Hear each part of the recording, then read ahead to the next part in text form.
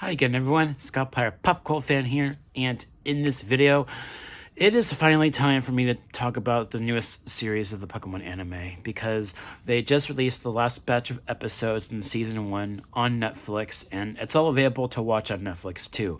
The series began earlier this year, like in March, was when it premiered on Netflix, and I must say that this series is very enjoyable. I love that new opening theme, "Becoming Me." That theme, it really grew on me, and going into this, this is basically a review of the season and the series so far. I think with where it ended in this last batch of episodes, um, um, and also teasing season 2, which, by the way, premieres in February in a few months.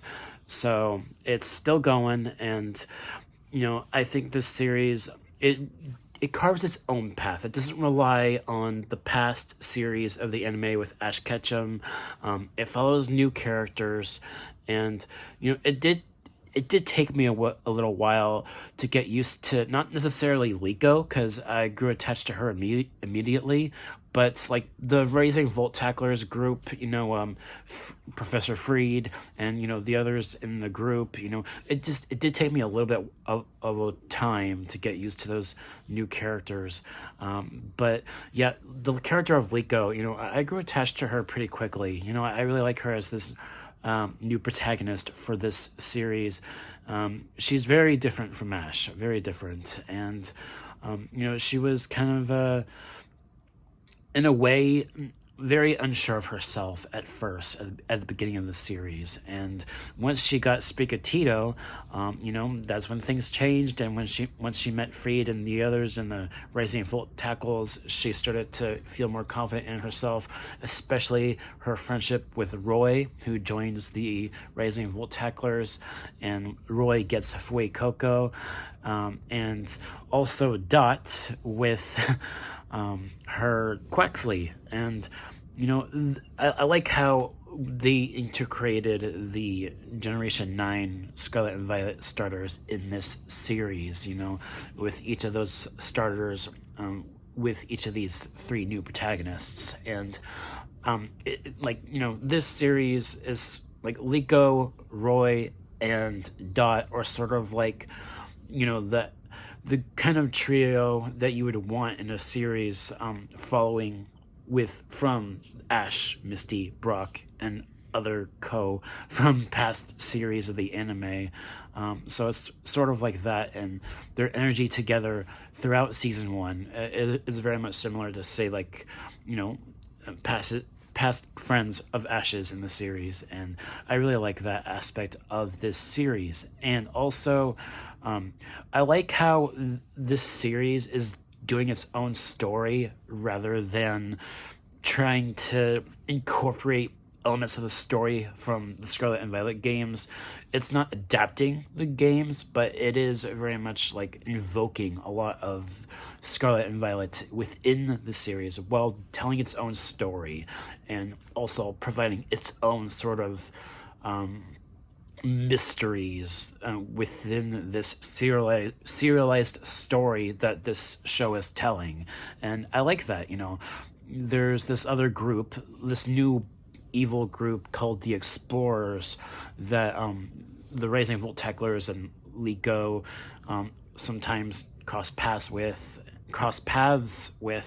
And this new group is trying to cause trouble, but at the same time, there's something about them that's mysterious, this new evil group, essentially.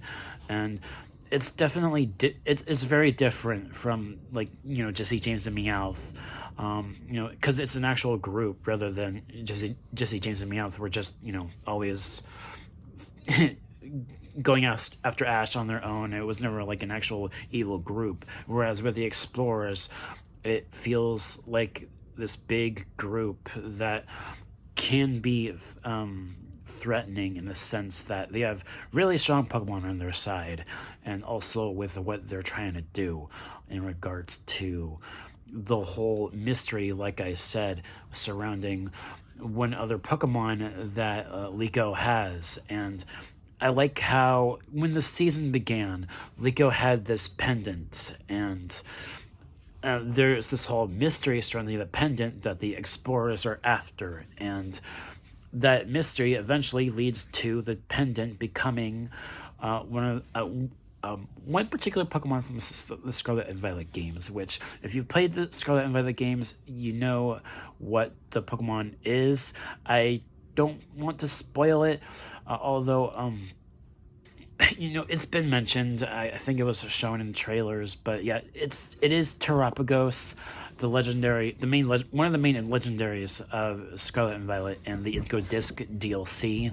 So Terapagos, I think it's a very cute little turtle Pokemon that Liko has, and that mystery there is what that's what intrigues me the most, because there's this whole thing with this other group of Pokemon that Terapagos is connected to, and like the overarching story of this season and also seasons going forward is all these big powerful Pokemon like Galarian Moltres, a really powerful Lapras, Rayquaza,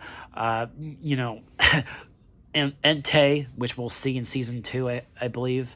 And there's this whole mystery, this whole story with those particular Pokemon that is connected to Terapagos, and I really like that. And there's also this like mystical place that has been referenced called Laqua, which is where season 2 goes in regards to this mysterious place that is connected to these group of Pokemon as well as Terapagos. And that's what is intriguing me the most so far about this series. It's just that mystery, and as it unfolds throughout multiple seasons, it'll be really curious how that plays out. And I'm really enjoying this show as it's going, and I'm curious. They included characters like Nimona, for example, and a few other gym leaders from Scarlet and Violet, but I don't know if they will bring back characters from past series of the anime. I am not sure of that yet. They might bring back Ash, maybe. I don't know. But yeah, and I like that this show is not relying on nostalgia of the past, even though there are elements of it, like I said, between the characters of Liko, Roy, and Dot, that does, make me think of that, of past series. And there's something to be said about that. I like that it's carving its own path and telling its own story and creating its own little mythos with the mysteries. And this is a show that I think is very enjoyable. I love the music. There's definitely bits of the score from past series of the anime as well as the games in this series. And there are quite a few episodes that are filler. That's typical for Pokemon to have filler episodes. It's typical. So, and that does break up the pace sometimes with the overarching story. I will say that, like, whenever there are filler episodes, it does break up the pace a little bit from the overarching story, which I know they can't always have. What I'm trying to say is they can't always have an overarching story episode every single episode, because they need to break away from it a little bit. Sometimes have filler, and that's okay with Pokemon. And I think it does work well at the same time, breaking up the pace a little bit. And but overall, it still means that it still maintains its tone, being a very enjoyable series that mostly caters to younger audiences, to kids. And I think this is a show that can appeal to older fans like myself, and that's what I love about it. You know, you can enjoy it as a kid, but you can also enjoy it as an older veteran Pokemon fan. So yeah, that's what I have to say about Pokemon Horizons.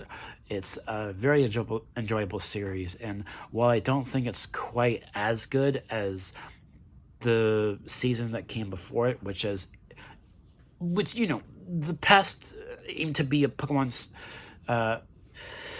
that final season with Ash, right?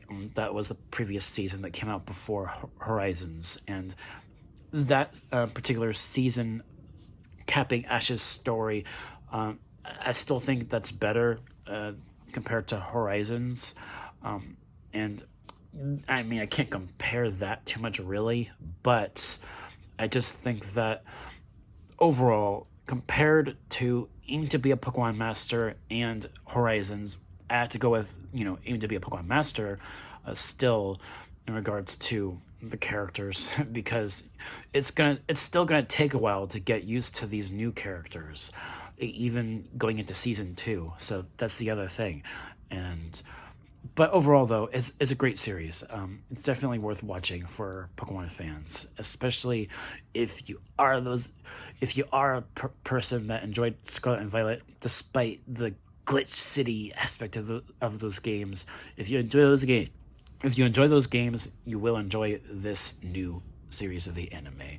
And if I had to give this series a grade, I would give it, I'd say about an A minus. I think that'd be my grade for Pokemon Horizons. It's a really good series. It really is. And I definitely recommend it. So yeah, those are all my thoughts and my review of Season 1 of Pokemon Horizons. And Season 2 is coming in February, and I'll definitely give my full Season 2 review of that once that is also done airing. So stay tuned for more Pokemon content from me. And one more thing before I end this off, you know, news has become so sparse in regards to Legends ZA.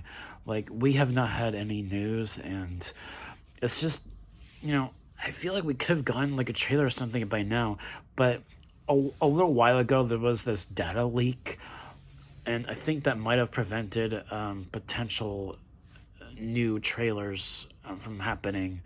So, yeah, there was like this data leak that happened not too long ago that kind of referenced and mentioned a few things about the upcoming Legends ZA game, which I would talk about here, but I don't want to, you know, talk about leaks because they may not they might not come true if they change aspects of Legends ZA to avoid the potential spoilers from those leaks. They might change aspects of the game because of that. Not really sure about that, but I think it's because of that data leak that we are not going to get probably a trailer for Legends ZA until maybe early next year, probably close to Pokemon Day in February next.